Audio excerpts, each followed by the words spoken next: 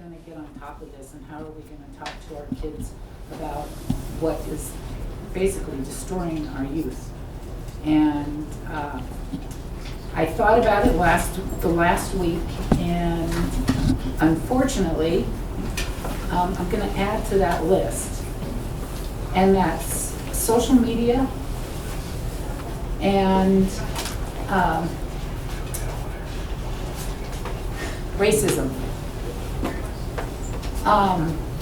But right now, the racism that's going on is horrific. It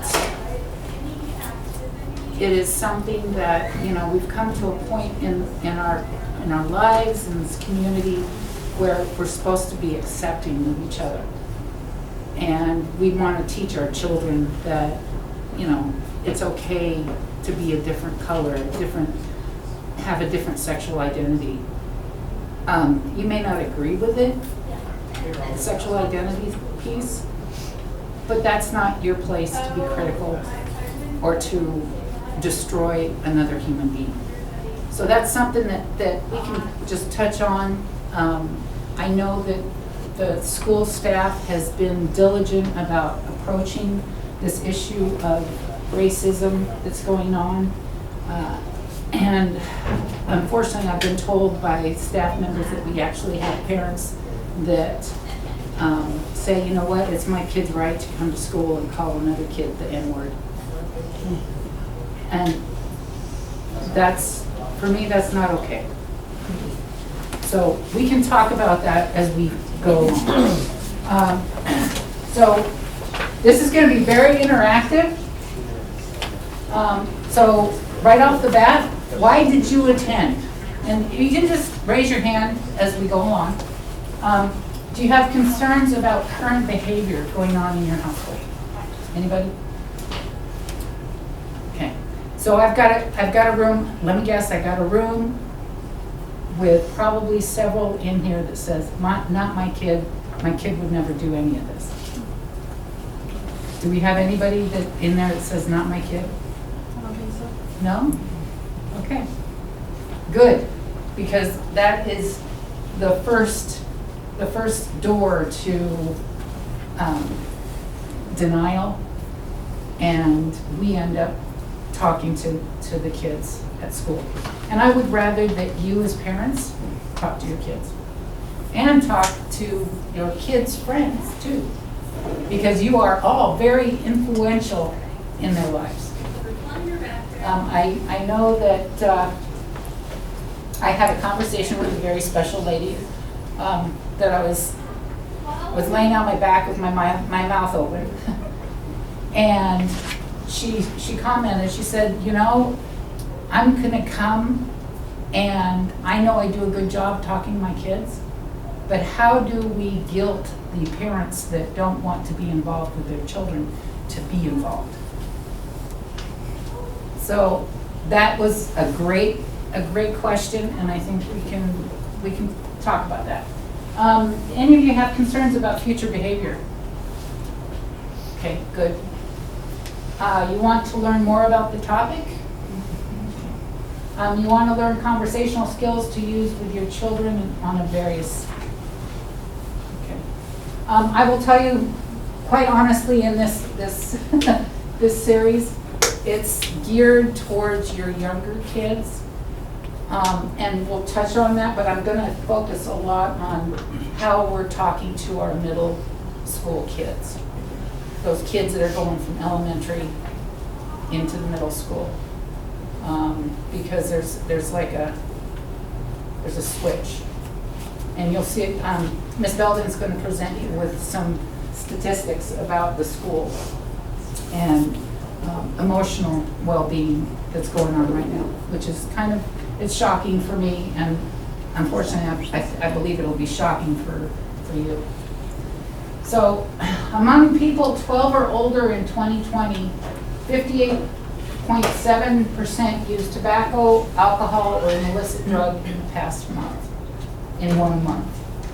Alcohol and other drug use during the teen years can interfere with normal brain development and increase the risk of developing a use disorder. Injury and violence related to drug use is one of the leading causes of death for teenagers. That is a fact. And I'll throw in a comment that in the last 6 months, just in Elma, we've had 4 overdoses, 2 of which died, and two of the 4 were young people under the age of 18. And it was all connected to fentanyl. And or, this is a shocker, vaping nicotine.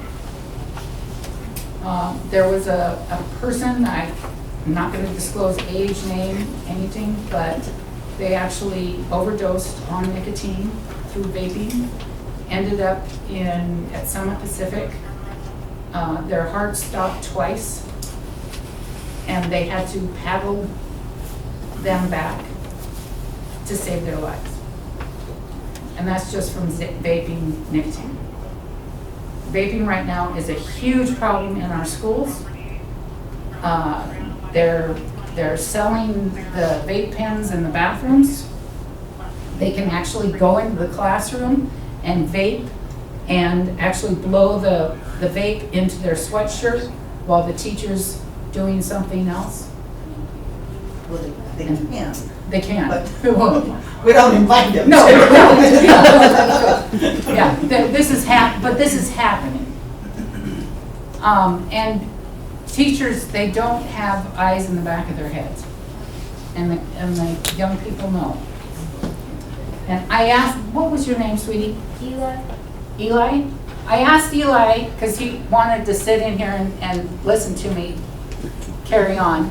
But I asked him to let me know if I say anything that is wrong, incorrect, or if he's got a better answer, because he's got the experience.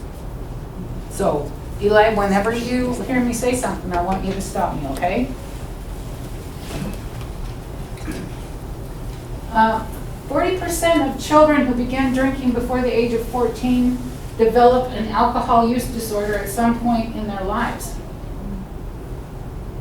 Sadly, when I am out and I'm talking to drug addicts or folks that go through alcohol withdrawals, and we get to a point where we can have a decent conversation, most of them, I'd say 90% of them, got high the first time with their parents. And there's several young people in this community that have worked through their addictions and have come out on the other side healthy. And I celebrate that. That is wonderful news. And I in fact, we have one young lady who, she heavy drug user, meth and heroin. She lived on the streets. She was prostituting herself locally. Both she and her boyfriend were prostituting themselves locally. They decided to get clean because she ended up pregnant. She is now clean and sober. She's been clean and sober now for 3 or 4 years. And she went to Grace Harbor College, got her degree, and she actually wants to be a police officer, but she's gonna go into social work and help other addicts. And she told me that, the first time she tried anything, it was a pill, and she got that pill from her parents. And it's just, it's amazing what one try, what it'll do. And this young woman is willing to come to the high school with me. I talk to a forensics science class on a regular basis, and she wants to come into school and to talk to the students in the classroom. And I just think that that's going to be a wonderful thing. 9% of youth who do not drink alcohol before they are 21 develop a use disorder in their lifetime. And my guess is I would think that that's probably even a little bit lower.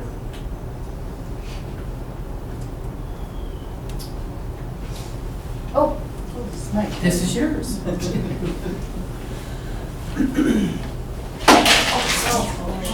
is the second time the Starbucks cup has done that to me today, which says I have a Starbucks problem. I apologize for that, but maybe we'll just get that. So with that introduction, I appreciate that I was asked to share the cell data with us. One of our district initiatives is the social emotional learning. It's more than that.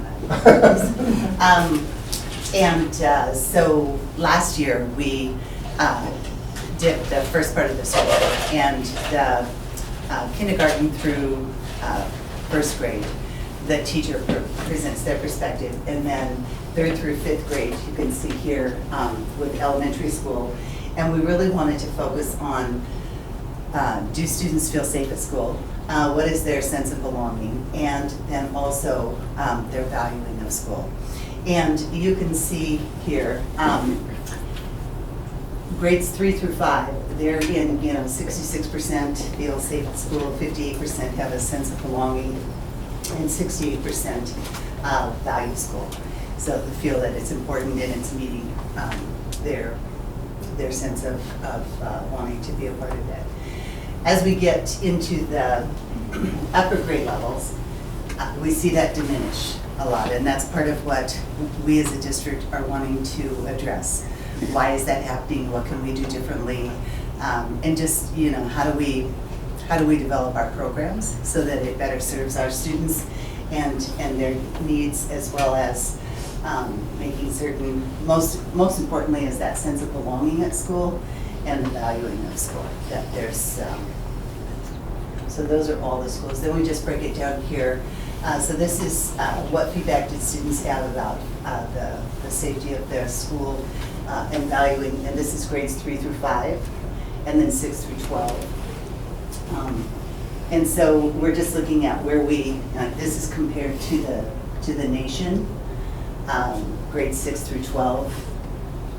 And that ties into then the other parts of our district initiative with just the structure of our educational programs. That it isn't about seat time, bell to bell, we're going to study math in this 50 minutes and then we're going to go to English, and but rather that we're trying to make it more real world in that, I don't know, I can't think of any profession or aspect of your life where it's just like, well, maybe when you balance your checkbook. I'm sitting down for 50 minutes and I'm just going to balance my checkbook.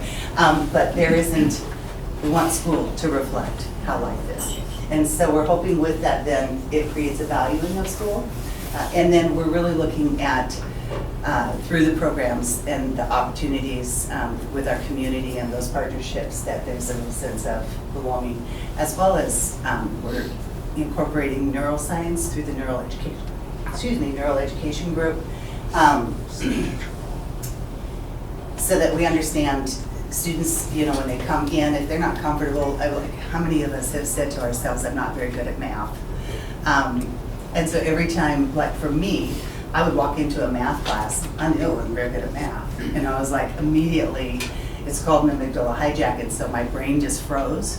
And my poor math teacher, it didn't matter, how many days a week he stayed after school to work with me to get me to earn that C.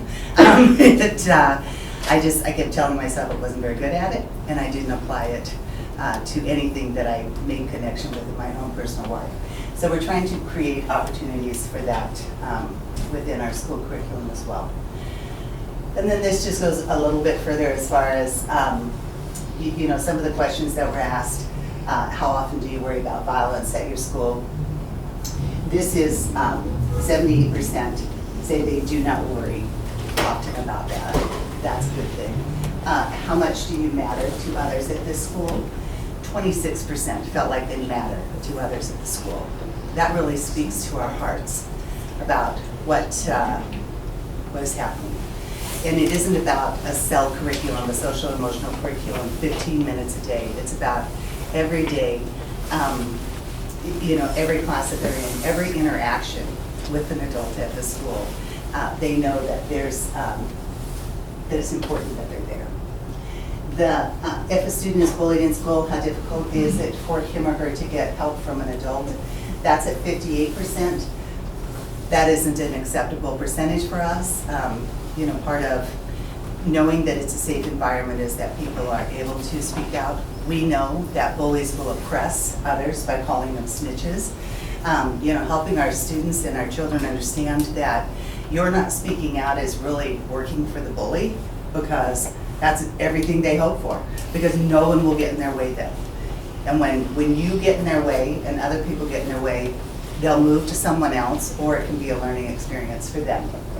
So we're really wanting to help with that. Just through the years of working in the high school specifically, October is always National Anti-Bullying Month. The reason for that is September is the first month of school, you know, rose-colored all around, everybody's happy to be back, we're all, you know, figuring out what is our place in school. By October, the posturing really starts.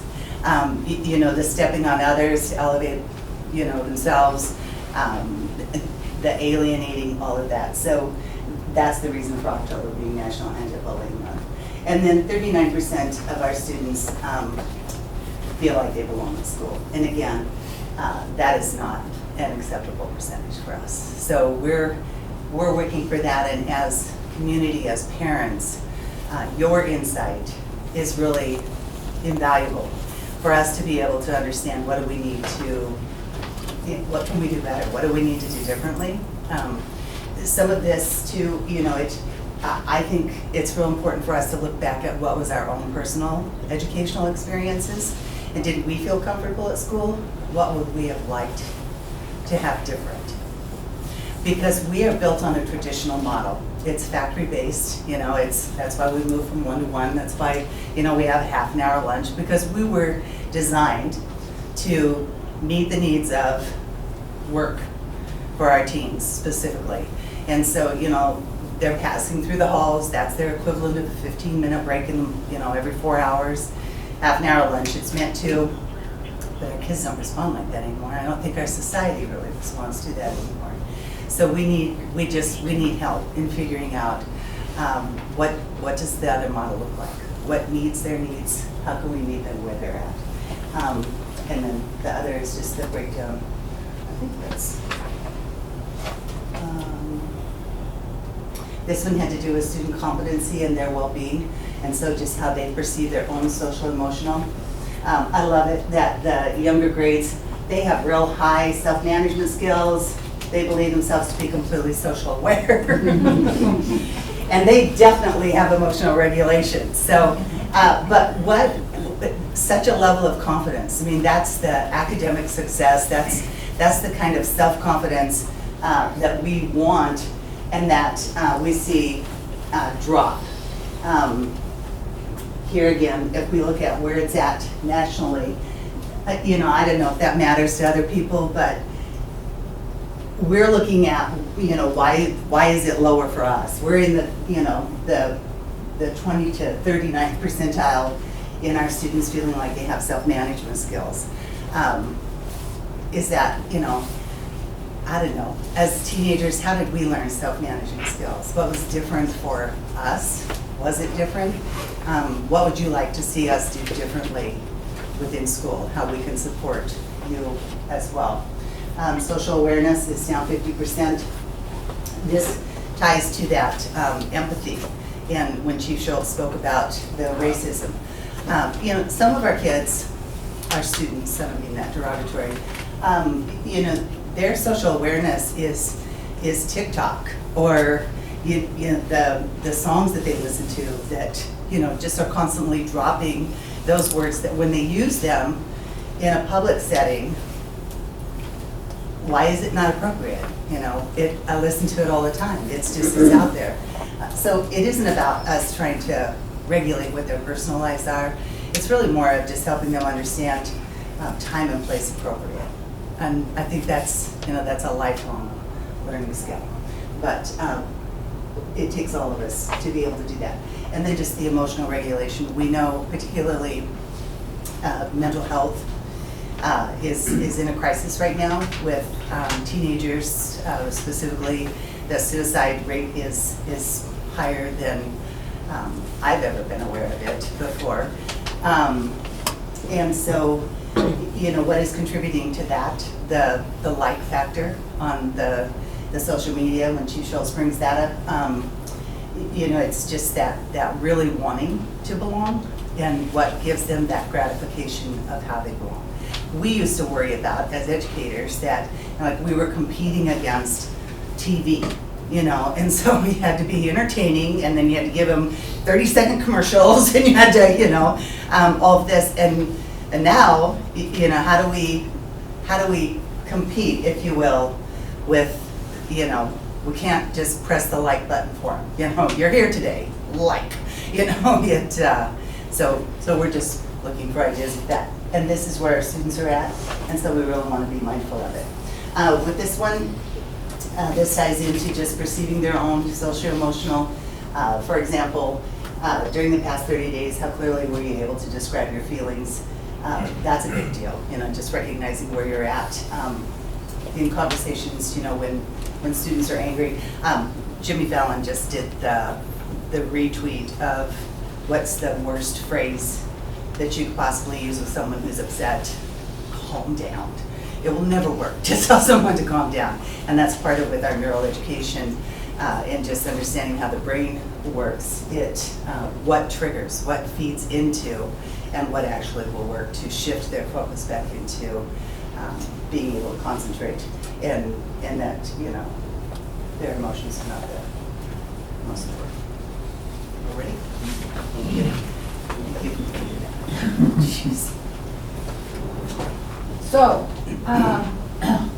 why do you think some of your kids start drinking or using illicit drugs? And when I say illicit drugs, I mean marijuana, all the other pharmaceuticals, illegal pharmaceuticals, all of the above, to include nicotine. So, anyone? They see their parents doing it. I'm sorry? They see their parents doing it. See the parents doing it? That's, yeah, don't we hear that? My folks do it and they're okay. Other Anybody kids else? are doing it. Peer Peer pressure. pressure, other kids Peer are doing pressure, it. yeah. Peer pressure is a big one. Society accepts it as okay. That's, It's not illegal anymore. Say it. yeah, and I hear that a lot. But it is illegal for young people. Why not? We still No, have that. absolutely. Why Why not? not? Yeah, why not? Everybody else is, Yep. yeah. Anybody else? I think sometimes, and I think this top one, stress might be similar to what I'm thinking, but to like not feel, so they don't have to deal with their emotions. Yes. And I think that's hitting it on the nail, is that they've got so much going on that they can either take a pill, you know, smoke a bowl, or do whatever they need to do to disappear. And they think that that's okay and that they're invincible, but they're not. And sadly, when I talk to the kids at the high school, they'll tell me, well, there's nothing else to do. And I listen, and I said, well, what about going down to the park, or there's nothing really at the park for us? Okay?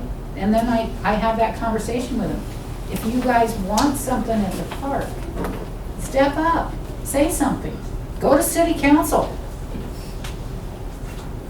and tell them what you're looking for.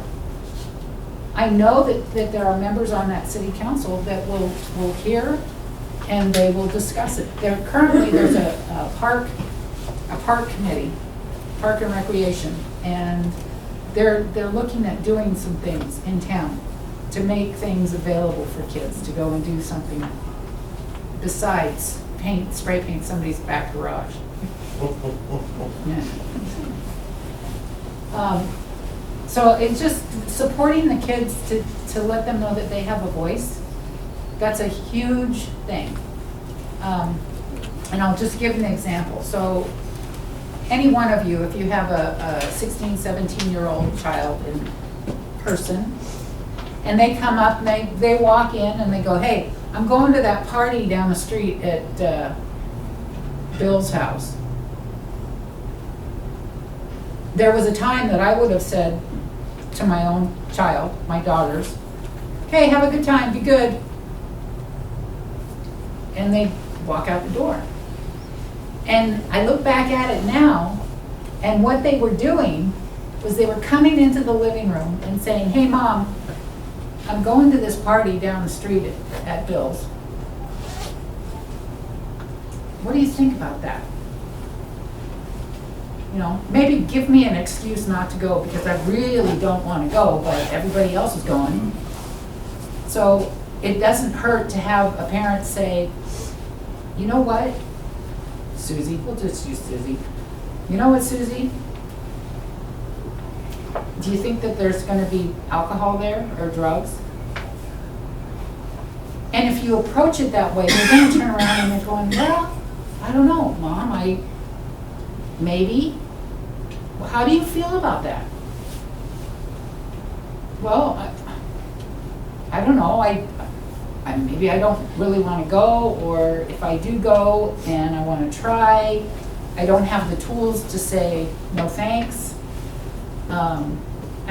I think I can honestly say we've all been in this room, we've all been there, where we've been in a situation where there's stuff going on that you don't like, that you really feel uncomfortable about, but you don't feel empowered to say no thanks.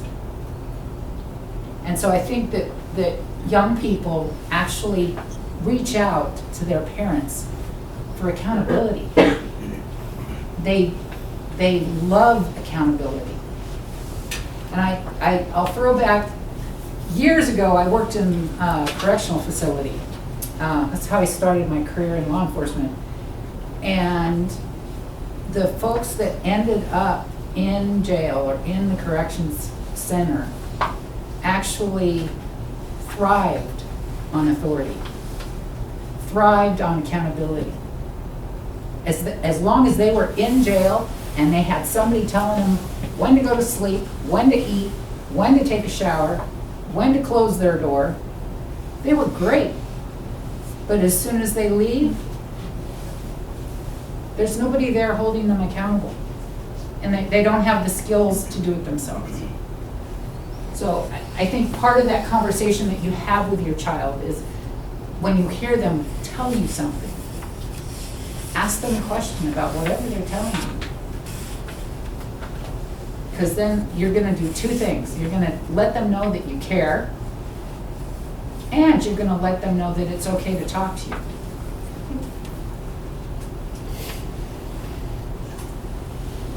So I found this kind of interesting, that during COVID, which is that horrible 2-year span of time that we spent behind masks and everything else, and we lost all the social skills. Social skills went down the toilet because we just weren't engaging with each other. And our kids, I have to tell you, when they came back to school, that first year when they had the masks and they had to walk 6 feet from each other and they couldn't engage with each other, it was like going into the schools during that time was like going into a morgue, because they were all to themselves, withdrawn, they weren't engaged. And so that COVID did a horrible service to our young people. And let's face it, to us. Alcohol sales in stores went up 21% during the first 7 weeks of our lockdown. And then online sales became more than doubled. Because all of a sudden it got really easy. You're shaking your head. Online sales, that doubled. And then California had an investigation that the delivery services were often delivering alcohol to youth under the age of 21, which I completely believe, you know. U.S. retail marijuana sales rose 46% in 2020, and by 2024 they expect it to reach $37 billion. we have a pot shop in town.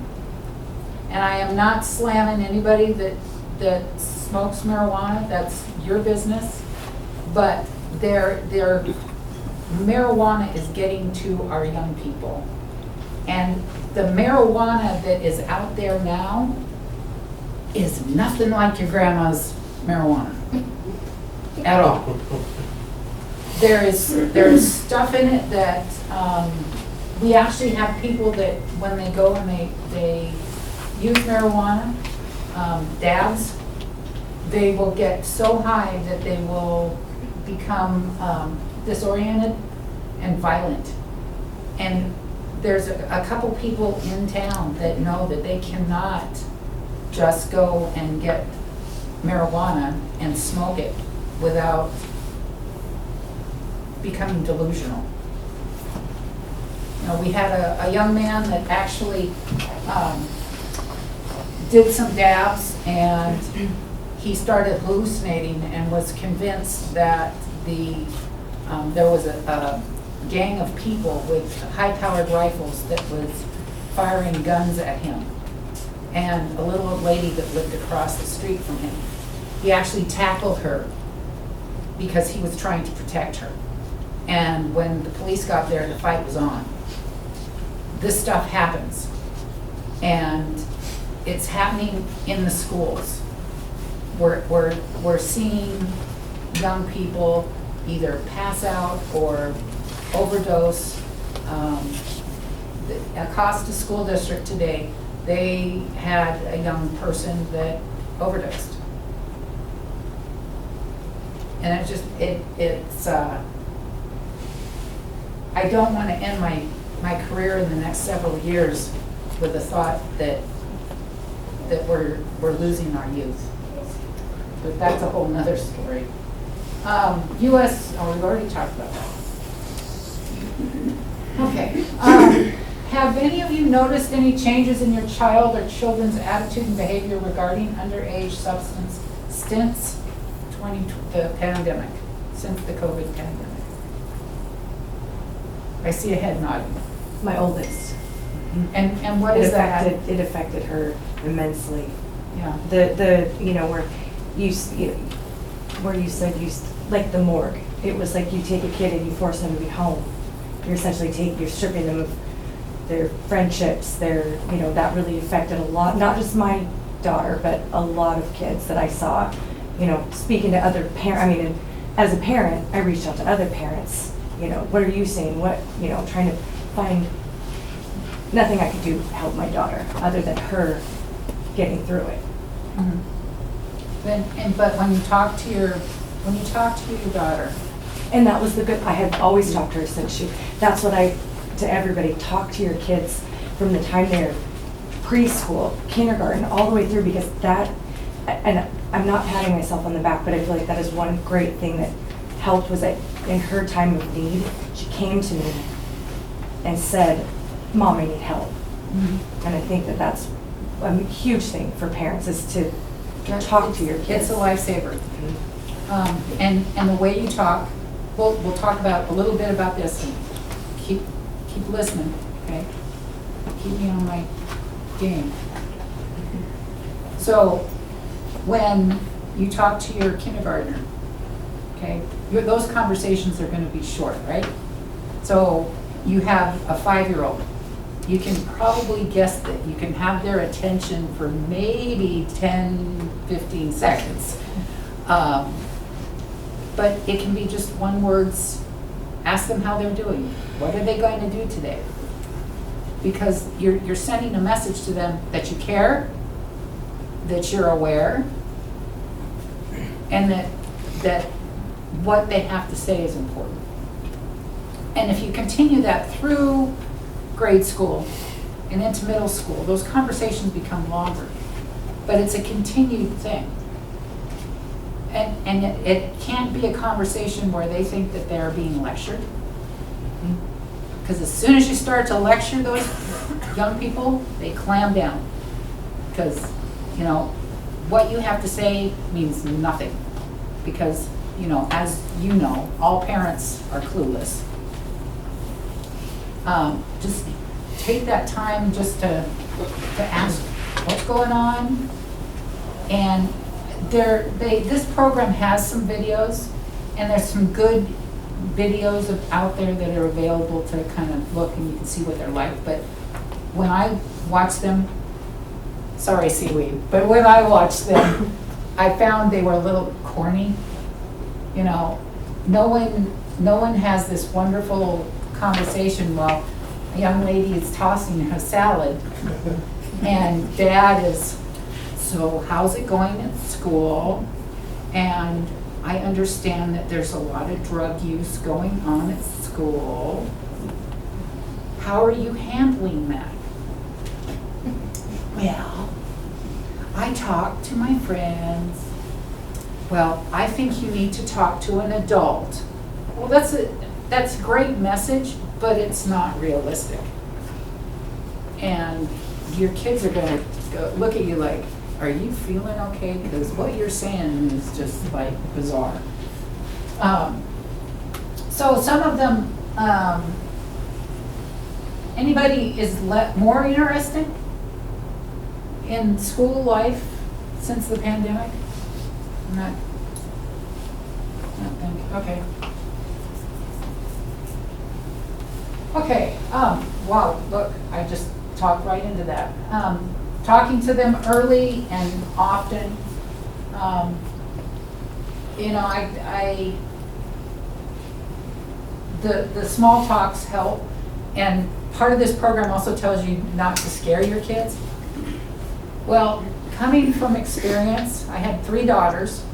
All they knew that mom was a cop, and mom used to go to the, drive them down to the grocery store, and if we got in front of a grocery store and I saw an individual that was either tweaking or on the nod, drunk, whatever the case may be, I would point it out and I would say, that's what drug use looks like. That's, okay. We all do. I'm like, Don't do drugs. I always go, their friend said it, only take one time.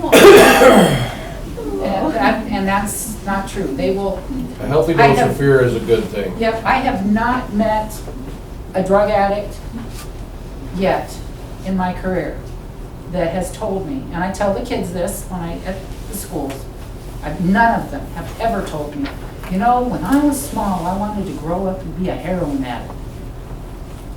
You know, I wanted to grow up and shoot a needle into my neck. I want to grow up and I want to get MRSA on my leg and I want to lose my leg. Not one of them. And if it ever happens, I don't know what I'll do, but direct and honest. You know when a grown-up's lying to you, don't you? sometimes, Sometimes? How's that make you feel? like, they think I'm stupid. Okay. So, have you had conversations with mom and dad about this kind of stuff? Okay. Have you asked them if they have done drugs or alcohol? Yeah. Okay. Did you feel that they gave you a good answer? Okay. Don't be afraid to tell your kids that what you do. You know, they're not stupid. So, thank you. You just helped tremendously. Yes. So as far as being honest, I am blatantly honest with my kids, and yes, terrify them to all belief. And I feel like they're doing pretty good. However, I feel like I'm getting a lot of information from them, both being high school and middle school, that the public has no idea about. I talked to my friends who have kids in the school, and they have no idea that they were on lockdown a couple weeks ago because somebody entered the comments. They have no idea that kids are vaping and getting stoned on the way to football games in the bus, and nobody can smell it, and they're all stoned as all get out to play their football game. They have no idea that there's sexual stuff happening in bathrooms between 2 girls or in the hallway between whoever else. People don't know this stuff. I'm hearing this stuff from my kids and their friends that come over to my house and entrusted me and talked to me and were honest. How come, is there a place that I'm missing that, like, when you guys respond to this stuff, that the public doesn't get to hear that somebody entered a school during school hours and they were on lockdown? Is that somewhere that I missed? Because I'm just saying, like, I feel like a lot of this is people being naive. I got an email specifically around that. Okay. From, I don't ever We're look gonna at get on that my email email list. because email to me, I'm sorry, is like a thing of the past. I don't check my email. Okay. I'm text message, Then- Facebook, whatever. then maybe we can work together to find a solution Yeah. for those parents. I think there's a lot of people missing the boat. Don't use Yeah. email. I'm horrible with email, so, Oh, me too.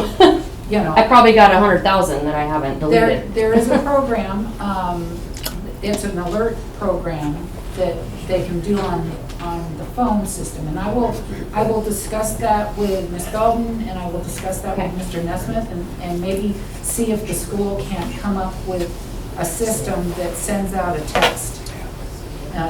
Very basic. So, Right. and I will relieve you of your concern about the gentleman that entered the school. At no time were any of the kids in danger. My officer responded pretty quickly. He got into the foyer of the school and he laid down and he wanted something to eat. So because he entered the school, the decision was made, let's go into modified lockdown. And that is done so the police can come in and remove him. Right. So that, And I get that. The situation could have been very different, Yes. which it's happening all over the place and it's hard to control. We're in a school where they have to have doors unlocked to be able to get to other classrooms, and I get that.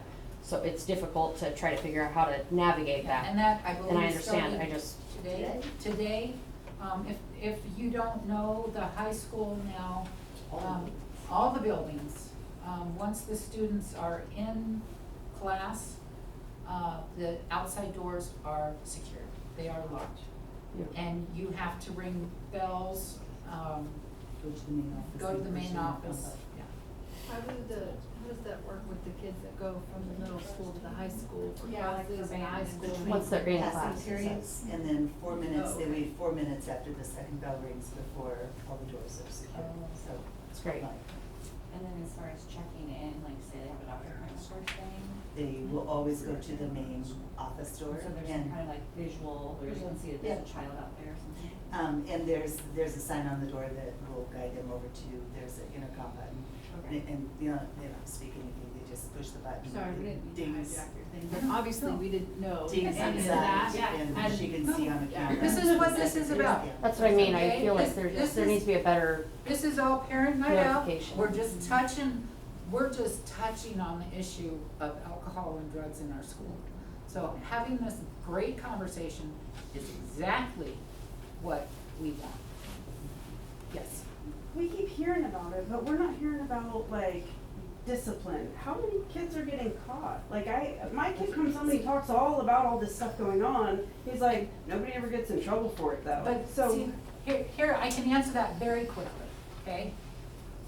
It's a tightrope for staff and for administration of schools. So if, Miss Julie she's the principal of the middle school.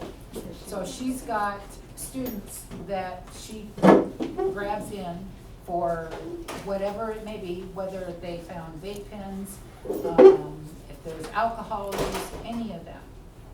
That information that she has with that student is confidential between the student and the parent. It's not something that she can, there should be a statistic, right? Like you guys should be able to give us a number. Oh, We yes. have this many kids Yeah, get suspended yeah, this month. absolutely. Because we're hearing that nobody's getting in trouble for it's a big problem and there's somebody getting in trouble. We don't ever hear of, there, these are your numbers. I mean, can don't tell know, you, like, I can it's tell just you that- that, how many students did this, they were transferred out of the school because of drug use and or delivery.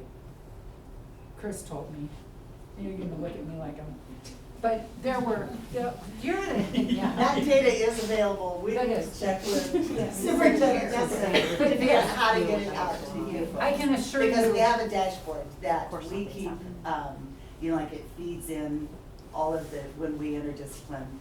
And so it actually will align, like, we've created the dashboard, I say we, just because I'm part of the school district, but, so that we can look at what is the discipline, what is the attendance, how does that correlate with students' academic performance. So again, so we're trying to look at, and then our social emotional data also feeds into that, trying to identify the whole child and what is it. But as far as, you know, putting out numbers for, we have the Healthy Youth Survey that, you know, students self-report 10th grade and 12th grade, also 8th grade, their use of alcohol and those kind of products. But it, you know, I mean, like with our kids, I heard someone say, you know, a healthy dose of fear is a good thing. It isn't that we're trying to create alarm for it, but certainly that information is available. I will go back to Mr. Nesmith and say, somehow we need to figure out, and maybe it's through a newsletter or something, I don't know if you don't do emails. I mean, again, that's where we're trying to figure out what is the best way to communicate with our community. We Didn't think you send that we're something doing out it. like that recently, last year, that you asked how do you want to be communicated with? Yes. And then we had to vote and say how we wanted it, and then obviously you took that information somewhere. Yes. So maybe that could be sent out again, and Well, and when you register, when you do the online registration, there's an option in there for how you want to receive information. So, you know, you can choose email only, you want SMS messages, or, you know, but we don't include snail mail anymore. But you can, or you can say, I want all of it. But the number of times, like even when I send out school messages through our Skyward system, and we get a report back, you know, I'm not suggesting it's anyone in this group, but to look at the number of households that have the phone number blocked, or the email has been delivered but not opened, those kind of things. So it really, you know, I don't know how we get more people to, because we're just bombarded with a lot of information. So it's, you know, but I would take your suggestions back. I promise you that. I get the And 2 we hour are late wanting- notice 5 times. There you go. Right. And if it goes undelivered, that's probably because I looked at it and went, oh great, they're gonna be late another No. 2 days or whatever. So, you know, like, what's the code word that would get everybody to go, well, this is different. So, but we definitely, we have some communication. I don't know what's happening in schools these days as far as education with this kind of stuff, but shit, I remember when I was in high school, I got terrified by looking at an actual lung that had smoked for so many years and watching a baby be delivered, like, Jesus, I don't want that to be in my vagina. Like, seriously, can we not have an assembly and scare the shit out of these guys and be like, this is what fentanyl's doing on the streets? Like, is there a rule against that? know. the assembly. I'm not kidding. It's like, They're like, I'm gonna terrify your kids. this stuff, it's real and they're getting us You're terrified. absolutely, you're absolutely Is right. there a rule in public schools you can't do that? 'Cause that's where we're at. Thank you. I'm gonna look into that. What happened to the DARE program? I'm sorry, but The this DARE is. program, the DARE program got eliminated, that was statewide. They felt that it wasn't working. I totally disagree with that. I thought the DARE program was fantastic. And that's why before COVID, I was really good about spending a lot of time in the schools. And then when COVID hit, I'll be honest, I got bombarded by everything else, and so I'm not in there as much as I want to be. That and I'm short-staffed. But talking to kids, I know I've gone to pep assemblies, and I have that conversation. We've done the mock crash. Betty and I were just talking about when I was a senior in high school. terrifying. Yeah. They did, I remember I Drinking gave the eulogy for my best friend Yeah, who died that in a car is, crash. that is huge. And sadly, the young woman that took care of the DARE program for Grace Harbor recently passed. So I believe we're trying to find somebody to take over that program. But again, that's not a program that my department can take on because of the man-hour that it takes to put something like that on. But I can tell you that I show videos. In fact, I should have brought my little thumb drive. I would have showed you the video that I show the kids when I'm in their classroom. And to show them a video, I have to have the teacher send home a note to their parents to say, is it okay if Johnny sits in the classroom while Chief Shultz scares the living out of him?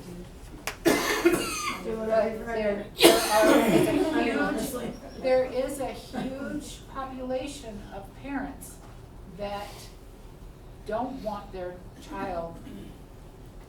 But why are we catering to them when the kids are clearly suffering? Right. And that's the problem. It is. See, you're. Something needs to be off. So is this Something. more of like a, we need to reach out to the superintendent as a Right. group and say, we would like to start a group and figure something out to talk to our kids? Or Absolutely. like how do we? You know, if, I would love nothing more if we left here and I had 10 of you that either called me, and I have my business card with me, called Mr. Nesmith, called Ms. Belden and said, we want to get involved. We want to form a group that's going to go out and help parents talk to their kids. Because it's a really tough thing for me to say in front of you, but our young people are dropping like flies. Mhm. And it's the fentanyl, it's carfentanil. Carfentanil is a tranquilizer for elephants. It is 100 times more, and got somebody from the fire department. I'm gonna ask you a question in a second, so hold that thought. So, and it's something that, when we look at the death certificates, it's all related to this fentanyl, carfentanil, or the overdose of nicotine, which I never thought was a thing, but it is. The self-regulation skills in young people is really just, they're missing that.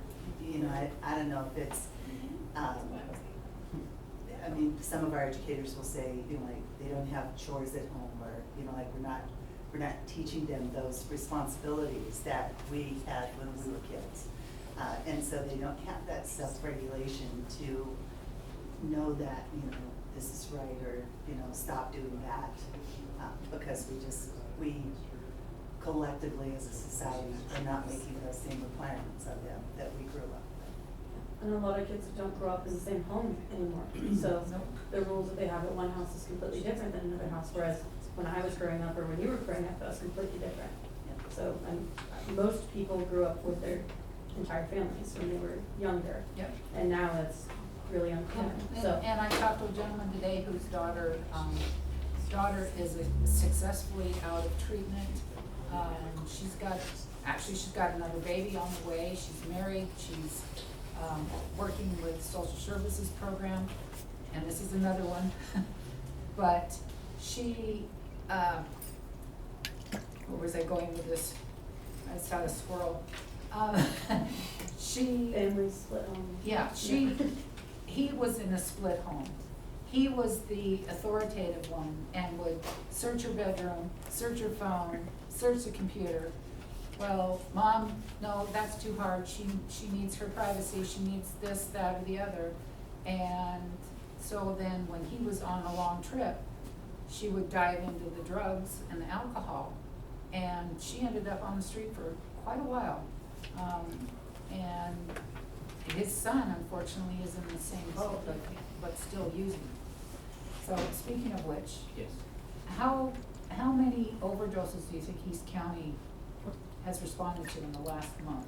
In the last month, I want to say it's well over 100. The Yeah. majority of your calls that you guys go into. Yeah, I mean, a couple months, back in December, we had, I wanna say 11 in town. And that's a community of 3,500. Yeah. And a lot of the stuff that they're cutting the drugs with is irreversible for Narcan. So once they're gone, there's nothing to do. And that's the car fentanyl. Yes, because it's non-reversible. This I thought was really interesting. 80% of children believe their parents should have had a say in whether they drink alcohol, but talking about it can be difficult. It just shows me that kids are just desiring accountability and belonging to a family. And I think if you keep talking to them, talk, without lecturing, because lecturing will turn them off. They've told me that. I have a real good relationship with a lot of the high school kids, and I have since I've been here. And I can get them to tell me stuff, which sometimes I regret, but there's a constant there that they just want to be heard, and they just want something to do. And that's just their perception. And I know that in this, you are all here because you care. You are all here because you want to learn how to better yourself as a parent. But the people that we're trying to get to, I'm hoping that whatever you bring out of this meeting will trickle down into the rest of the community, and we can fill City Hall, we can fill the commons at the high school with parents. I mean, when you think that there are 1,700 students in the Elma School District, look around. Yeah. I think the first thing that needs to happen is the word needs to get out to all the parents, because I speak to my patients and I'm talking to the ones that have high schoolers and elementary or middle school kids, and I was just talking to one today saying, "Are you going to the meeting tonight?" "No, what's it about?" "I had no idea." You know, she was completely shocked, and I know that there's a ton that have no idea. We're not gonna save the ones that are the way they are, we're not gonna save them, but we wanna try to make it better for our kids. It's becoming so casual. Yes, in the for schools. sure. Like my daughter was offered edibles twice in 1 week.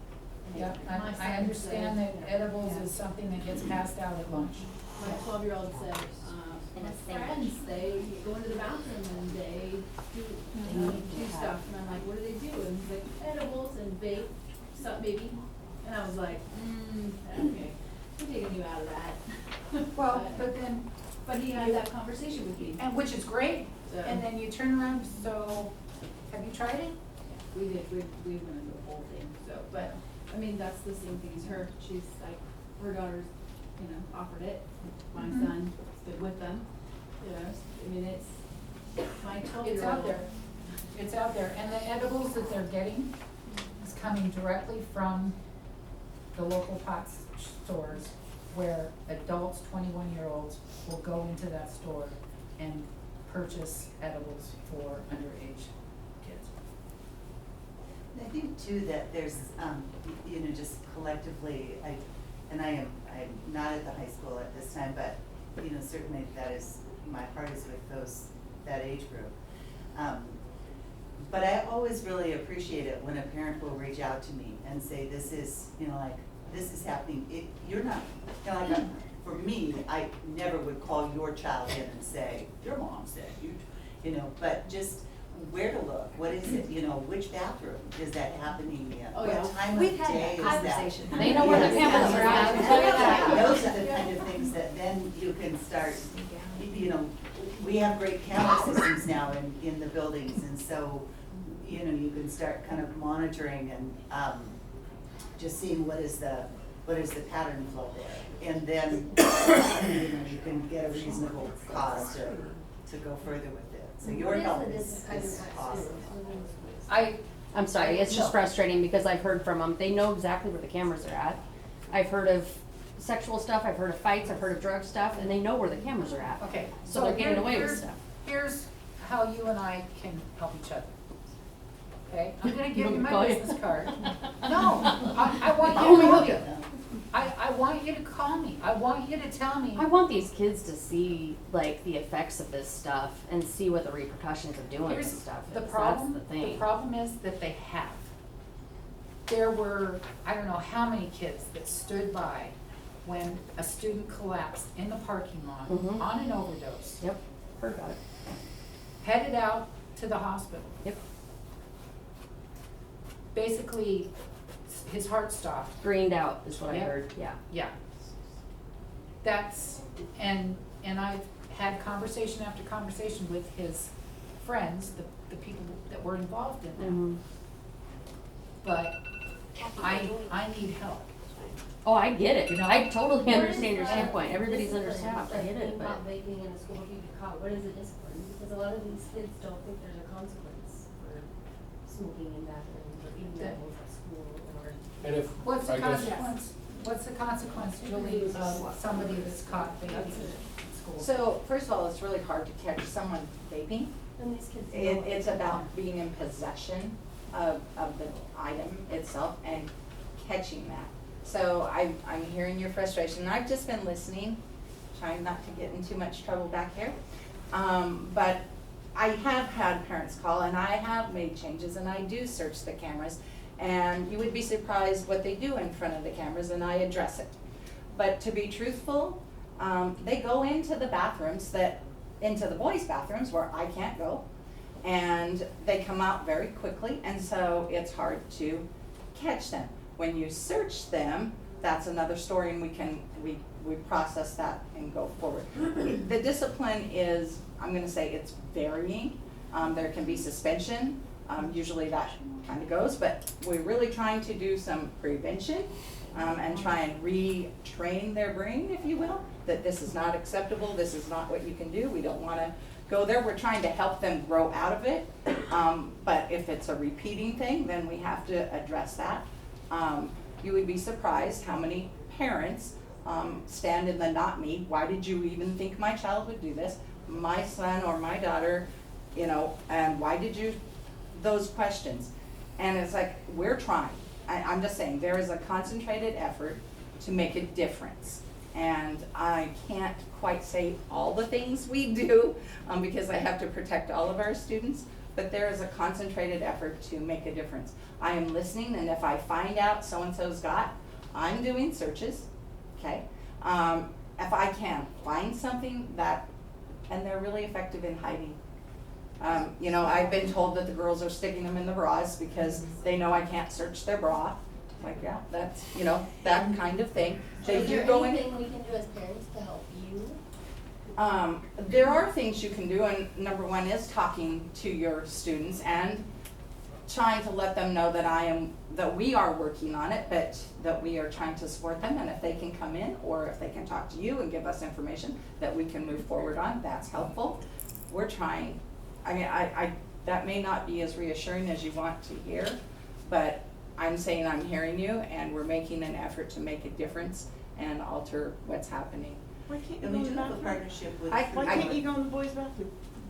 I think that's the problem, is these kids know. Well, there's the a work- risk of, well, these I'm a kids know the female, I can't workarounds. walk in there, there's, Yeah, well, I mean, these you kids know. know the workarounds, like they know. I'm just saying that's a They challenge. know Reality. limitations as far as. There like, are, adults, it's and just a so- challenge. So, like, You know.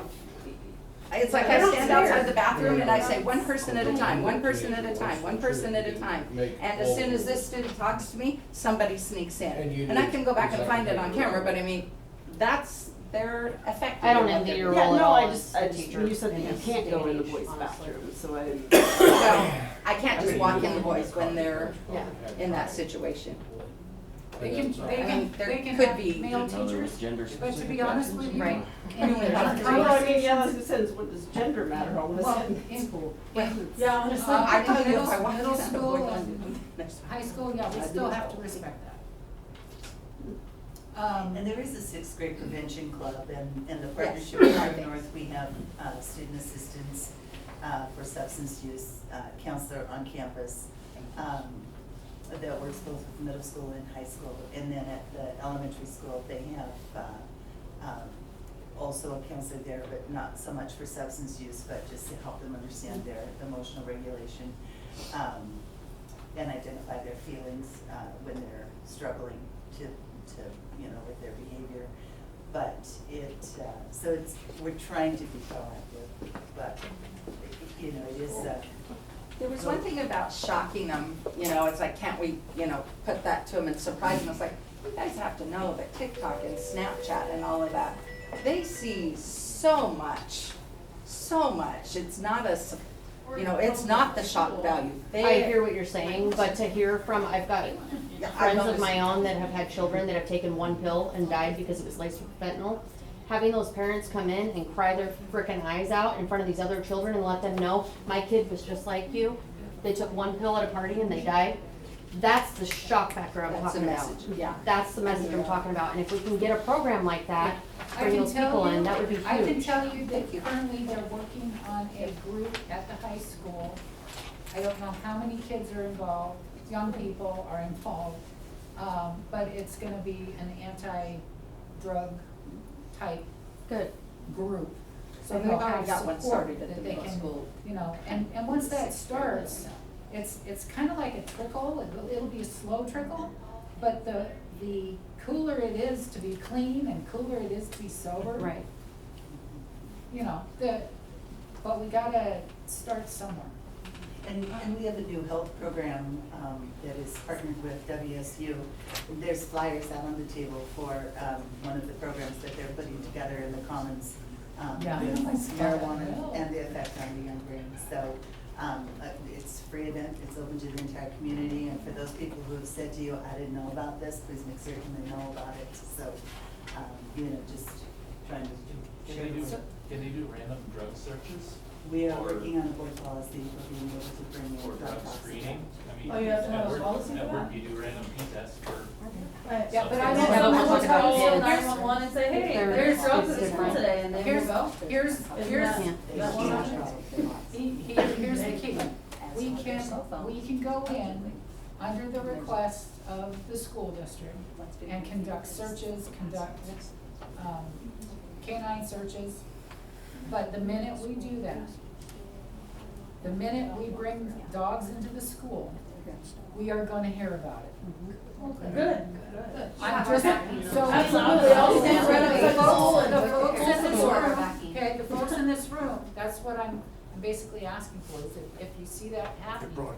And, because people get on. I will apply. Oh, they're like, Yes. No, we'll stand outside and we'll Elma put a sign that says, says- please search our children. Well, and that's why I was talking about us parents, the peer pressure, like, if there's enough of us that are like, this is not okay, yes, we're not gonna get them all, but maybe we could, some And people. there's trickle, and there's probably 50 more like us that just couldn't make it today. Yeah. I mean, a lot of us have a handful of friends that are just like us. So would you like to see this happen again? This town hall meeting? Yes. Yes. Absolutely. Okay, so what I'll do is I will work with Seaweed and we'll come up with, to do this again. A bigger room.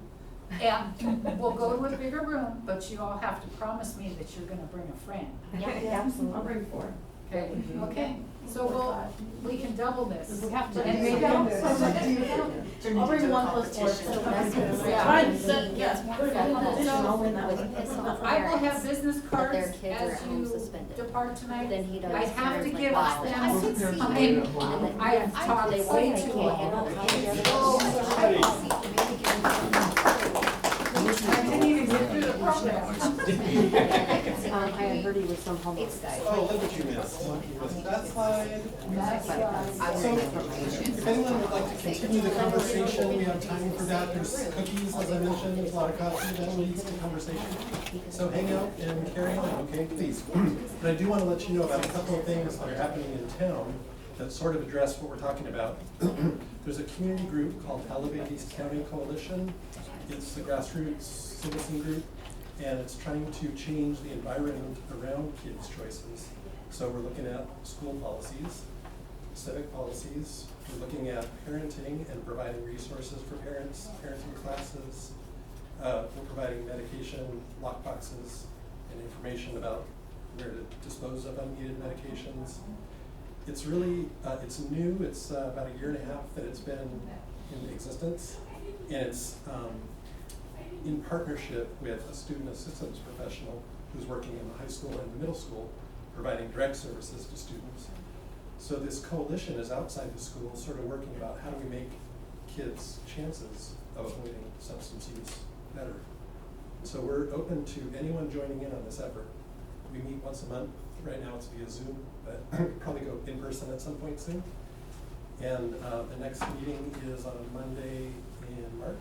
It's the 13th. Anyone is welcome to attend those.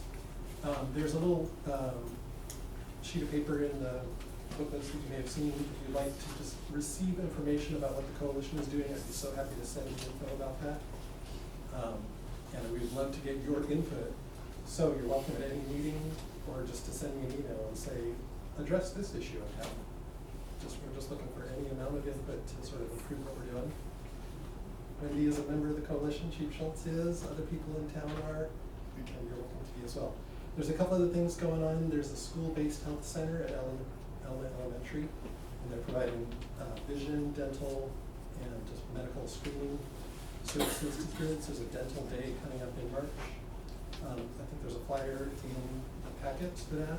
And I also have sign-ups if you're interested in just taking one of those home to sign your student up for dental or medical wellness check at no cost. Alexis is here, and if you have any questions about school-based health center, she's available to tell you about what they do. She knows a lot about that. Also wanted to let you know that there is a symposium happening at Elma High School. I think the flyer is out there on March 28th, and the title is Marijuana and Young Mind and Brain. So Washington State University is doing a presentation on that. You might want to be at that one. And finally, another event is East Grace Harbor Youth Summit. It's sort of a separate group of people. Anyone that's sort of involved with kids in their work or in other ways is welcome to be a part of that. They had one meeting last month, and another one's coming up in late March at Summit Pacific. And just an amazing swell of ideas and potential with that. So good things are happening. You may see our coalition's advertisings around town. That's sort of where we're going right now, is putting out some sort of counter marijuana advertising. That seems like all there is pro marijuana advertising. Okay, well, we have some other ideas. So those may be up in storefronts and schools and stuff soon. And that's all. Thank you so much for being here tonight. If you have any questions about the coalition, I'd be so happy to talk to you about it. Yes? What time is the Zoom meeting for the? Yeah, right now we're doing it from 1:30 to 2:30 on a Monday. It's the 13th. You can find us on Facebook. So there's, oh, did I mention the parenting class? That flyer in there is for a class called Parenting Wisely. So if you or anyone would like to take the class, it's 3 to 4 hours long, no cost, online, at your own pace. This one is intended for younger children, maybe up to 10 or 11 years old, but real basic scenarios that you might encounter with a kid, how you could respond to that situation, and how that might play out long term. So anyone that you know is interested, get in touch with me about that. It's a no-cost parenting class. Finally, medication lockboxes. If you or anyone you know needs to secure meds at your home, these are free. So get in touch with me tonight or in the future, or if you know someone that would need one, please let me know. The National Prescription Drug Take Back event is happening in April, so we're really going to be trying to get those out in people's hands then, but we got a few early. So just let me know that too. Is that here in Elma? Yeah, we're going to partner it with the Enhance Elma, the town cleanup day on the 22nd. And at the same time, sort of promote this drop off here on these meds. Which we're looking for volunteers. Yes. Get a free t-shirt. Oh, well, that's right, there is and there is a free barbecue afterwards too. That's supplied by the faith community, so.